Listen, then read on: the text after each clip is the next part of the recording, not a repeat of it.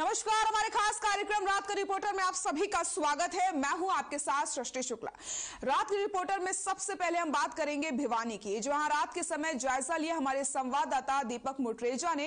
इस दौरान पाया गया कि रात के वक्त सड़कों पर आवारा पशु ज्यादा घूमते हैं, जिसकी वजह से आने जाने वाले लोगों को काफी दिक्कतों का सामना करना पड़ता है। लोग प्रशासन से गुहार लगा करके थक चुके हैं, लेकिन प्रशासन इस तरफ कोई ध्यान नहीं देता है, ना ही रात में प्रशासन गश्त करके कोई सुध लेता है।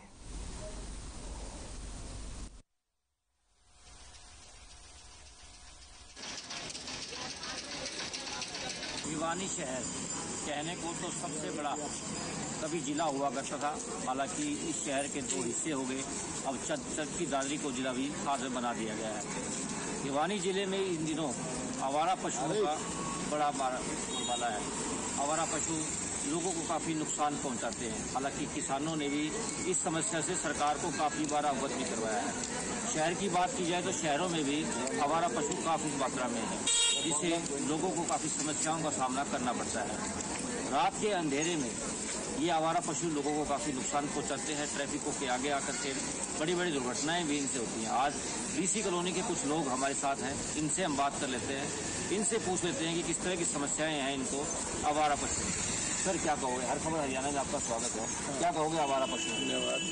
आवारा पशु हमारे बीसी कॉलोनी में क्षेत्र में बहुत ज़्यादा है और आसपास से भी लोग बाग इधर ही छोड़ देते हैं। कई लोग ऐसे हैं जो घरों में दूध काट लिया और बाद में टाल दिया और वो इधर उधर घूमती है। उससे बच्चों को दाएं बाएं मारने में बड़ी दिक्कत आती है। जब ये आपस में लड़ पड़ते हैं तो आसपास आराम से जो लोग जा रहे हैं उनको दिक्कत हो जाती है, उनको चोट-फाट लग जाती है और दुर्घटना होने की समस्या हमेशा बनी रहती है। बिल्कुल, दुर्घटनाएं जो है काफी अधिक होती हैं। आप क्या कहोगे सर आवारा पशुओं को लेकर के? कितनी समस्याएं हैं आपकी? समस्या तो बहुत ज़्यादा है। आए दिन कोई न कोई तो आवारा पशुओं को वैसे ही छोड़ जाता है। साथ में ये जितने भी खागड़ कह या बड़े बड़े जानवर हैं, कौवे हैं, छोटे छोटे बछड़े हैं, एक्सीडेंटल केस भी बहुत बढ़ गए। गाड़ियाँ आती है उनमें टक्कर मार देते हैं, इनकी ताकत का भी नहीं पता। और चोट लगने के बाद में रात के टाइम पर हॉस्पिटल भी दूर होने के कारण कोई साधन भी नहीं है यहाँ। कृपा करके सरकार से, प्रशासन से हम ये प्रार्थना करते हैं कि बिना आवारा पशुओं को या तो नंदीशाला में भेजा जाए या कहीं और इंतजाम किया जाए या अन्य कोई व्यवस्था की जाए। उसके लिए कॉलोनी वासी सहयोग करने के लिए तैयार है। बिल्कुल, सरकार ने नंदीशालाएं भी खोली थी, लेकिन समस्याएं आज भी जो कि क्यों हैं। हालांकि नंदीशालाओं में काफी सारे पशु छोड़े भी गए थे, लेकिन आज भी काफी पशु हैं। सर आप क्या कहेंगे? आपके क्षेत्र के अंदर समस्या है हमारा पशु? हमारे क्षेत्र में तो 4 बजे समस्या शुरू हो जाती है, रात में 10 बजे तक।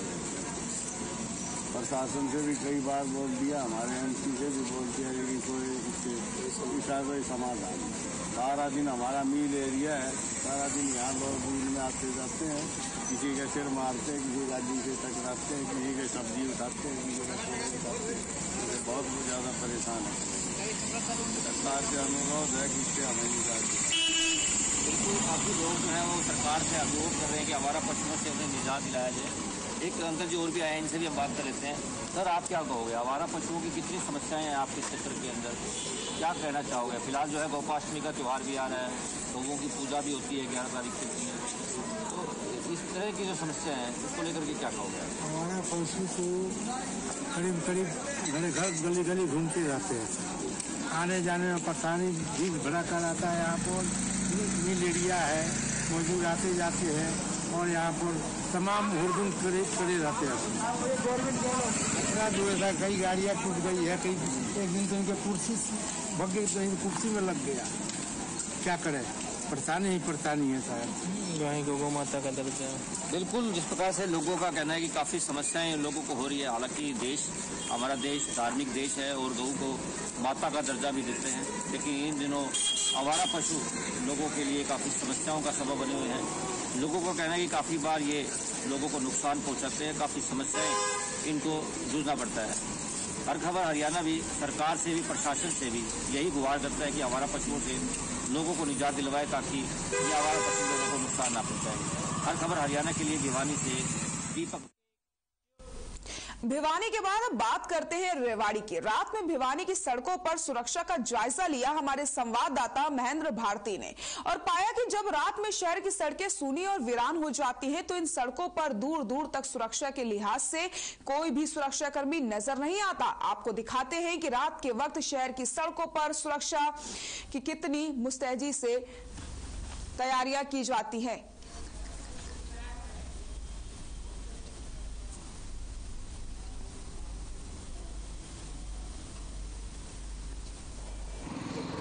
खबर हरियाणा के रात के रिपोर्टर में आज हम दिखाते हैं इन सूनी सड़कों की हकीकत और जानते हैं लोगों से कि उन्हें इन सड़कों पर रात को क्यों डर लगता है।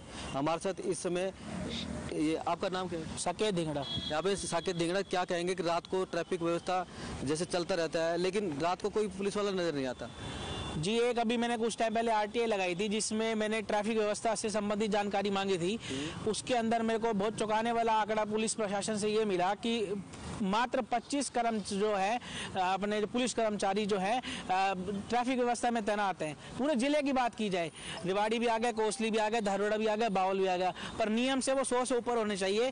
जिसको आप हर जगह जाओगे तो सीसीटीवी कैमरे जो है वर्किंग कंडीशन में नहीं है, जिससे क्राइम अगेंस्ट वुमेन बढ़ रहा है, मोलेस्टेशन केसेस बढ़ रहे हैं। तो कहीं ना कहीं प्रशासन पूरा जिम्मेदार है, उनको सेफ्टी पर्पस के लिए सीसीटीवी कैमरे और रात को पुलिस की गश्त जो होती है उसमें संख्या बढ़ानी चाहिए। जी, ये कह रहे हैं कि सीसीटीवी कैमरे और रात को पुलिस की गश्त बढ़ानी चाहिए ताकि लोगों को सुरक्षित और महफूज किया जाए। अभी हमारे साथ और भी एक साथी हैं, उनसे हम बात करेंगे। सर, आपका क्या नाम है? मेरा नाम सुभाष चंद्र सैनी है, गुजर चौक व्यापार मंडल प्रधान से हूँ। सर, क्या कहेंगे रात को जैसे ट्रैफिक व्यवस्था में कोई सुधार नहीं है, मतलब जिस तरह से पुलिस कर्मचारी होने चाहिए उतने हैं नहीं, रात को तो नजर ही नहीं आते हैं। आपके सामने अभी सामने कैमरा घुमाइए, यहाँ पर जो हाल है और व्यवस्था इतनी बिगड़ी हुई है, रात के समय चोरियां हो रही है, व्यापारियों पे हमले हो रहे हैं और व्यवस्था सरकार को बढ़ानी चाहिए, पुलिस कर्मचारियों की संख्या। और इस तरह से आप देखिए किस तरह अंधेरा छाया हुआ है, ना कोई व्यवस्था है। बाहर के लोग यहाँ दूसरे जिले से लोग आके यहाँ रह रहे हैं और कोई उनका नियम अनुसार कोई जांच नहीं की कहाँ से आए नहीं है। शहर में इतनी गैदरिंग बढ़ी हुई है अदर्स लोगों की, बैड एलिमेंट्स भी है और इतनी चोरियां बढ़ गई है, व्यापारियों पे हमले हो रहे हैं।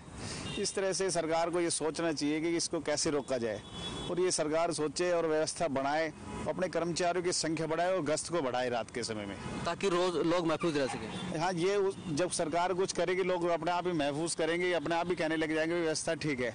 जब अब काफ़ी कुछ दिन से ही ज़्यादा चोरियां बढ़ी है और ज़्यादा ही जो हमले हो रहे हैं, पब्लिक पर भी हो रहे हैं, दुकानदार पर भी हो रहे हैं। ये नहीं पता कौन कब कहाँ से आ जाए और किसको मार के चला जाए। अभी सरेआम ही अभी मोती चौक पर एक मर्डर केस हुआ है, जो आप देखें ना, वो शहर के जो तो बीचों बीच है, वहाँ इस तरह की व्यवस्था नहीं थी कोई। और एक लड़के को 27 साल के युवक को वहाँ से मर्डर कर दिया गया। और इस तरह अगर प्रशासन वहाँ होता या उस पर रोक सकते थे हम इस बात को कह सकते हैं, अगर पुलिस कर्मचारी होते तो उस व्यवस्था को हम रोक सकते हैं और मुलजिमों को पकड़ के अंदर डाल सकते हैं। देखिए, पुलिस व्यवस्था जरूरी है ताकि क्योंकि लोगों को सुरक्षित रखना है। अगर पुलिस नहीं होगी तो ऐसे हादसे लगातार होते रहेंगे। सर, आपका क्या नाम है? संजीव कुमार। संजीव, क्या कहेंगे रात को जैसे पुलिस नहीं रहती, सड़कों पे पुलिस नहीं रहती है, लोग महफूज नहीं समझते अपने आप को, रात को इन सड़कों पर कहते हैं कि लोग डर लगता है, क्यों?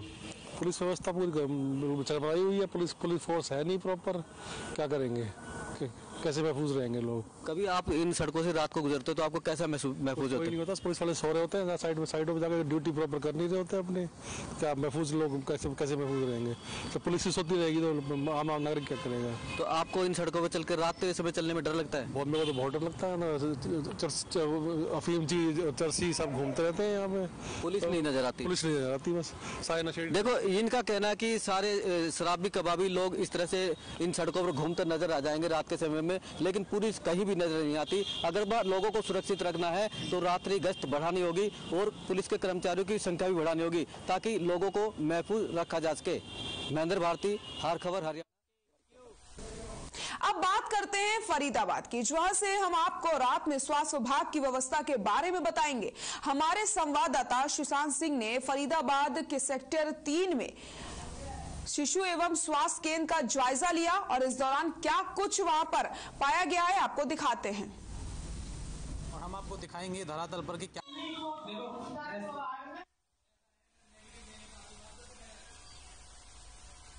हर खबर हरियाणा की टीम रात के रिपोर्टर के तहत आ पहुंची है फरीदाबाद के सेक्टर 3 FRU यूनिट पर और हम आपको दिखाएंगे धरातल पर की क्या स्थिति है, क्योंकि दिन के समय यहां पर जो है ठीक तरीके से व्यवस्था चलती है, परंतु रात के समय रात होते होते क्या कुछ यहां पर बदल जाता है हम आपको दिखाएंगे। इस समय मैं आपको बता दूं कि FRU 2 शिशु स्वास्थ्य केंद्र पर मौजूद हूँ, जहाँ पर महिलाएँ आती हैं और उनकी जो डिलीवरी है वो यहाँ पर की जाती है। इस समय जो स्थिति है मैं आपको दिखाना चाहूँगा कि जो मेन गेट है वो यहाँ पर बंद पड़ा मिला जब हमने धरातल पर यहाँ पर जांच पड़ताल की। इस समय जो गेट है, गेट की स्थिति मैं आपको दिखाऊंगा, क्योंकि जो लोग आते हैं वो सामने फ्रंट गेट से ही आते हैं। आप देख सकते हैं जो गेट है ताला लगा पड़ा है और दिन के समय यही जो गेट है ये खोल दिया जाता है। अब मैं आपको दूसरी स्थिति दिखाऊंगा और आपको रूबरू कराऊंगा रात की स्थिति से कि फरीदाबाद के सेक्टर 3 में जो शिशु स्वास्थ्य केंद्र है क्या स्थिति है। हम जायजा लेंगे और लगातार हम ऐसी ही खबरों से आपको रूबरू कराते हुए नजर आएंगे। आइए हम चलते हैं दूसरे गेट की तरफ, क्योंकि दूसरा गेट भी पास ही में है और आपको वहाँ की स्थिति दिखाएंगे।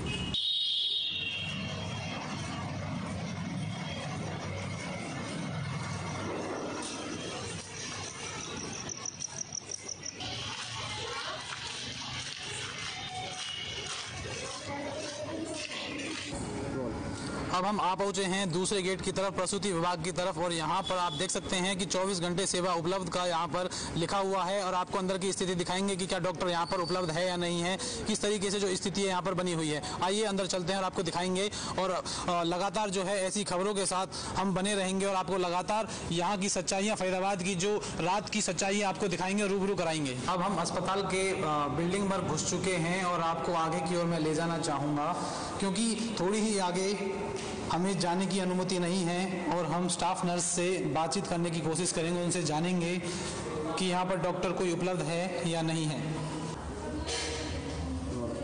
पड़ताल पर हमने पाया कि यहाँ पर कोई भी डॉक्टर उपलब्ध नहीं है। हम स्टाफ नर्स से जानने की कोशिश करेंगे कि जो डॉक्टर हैं क्यों नहीं है अपनी सीट पर।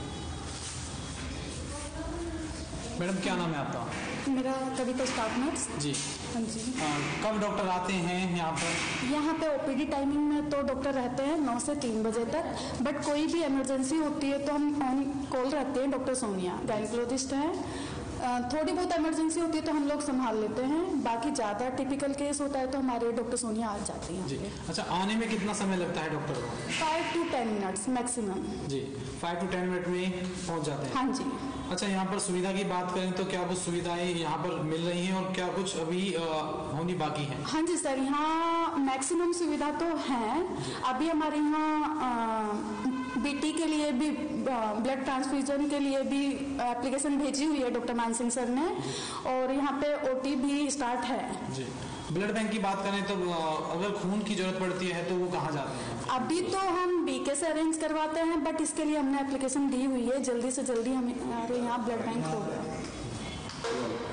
हर खबर हरियाणा की टीम यहाँ पर पहुंची और उन्होंने पाया कि जो डॉक्टर हैं अपनी सीट पर नहीं बैठते हैं और इमरजेंसी के टाइम जो है वो यहाँ पर आ पहुँचते हैं। 5 से 10 मिनट का जो समय है वो उन्हें लगता है, परंतु बात करें स्टाफ नर्स की तो स्टाफ नर्स ने बताया कि यहाँ पर जब इमरजेंसी होती है तभी जो डॉक्टर हैं वो यहाँ पर आते हैं। फिलहाल किसी भी प्रकार की कोई भी परेशानी मरीजों को यहाँ पर नहीं आ रही है। फरीदाबाद से सुशांत सिंह, हर खबर हरियाणा।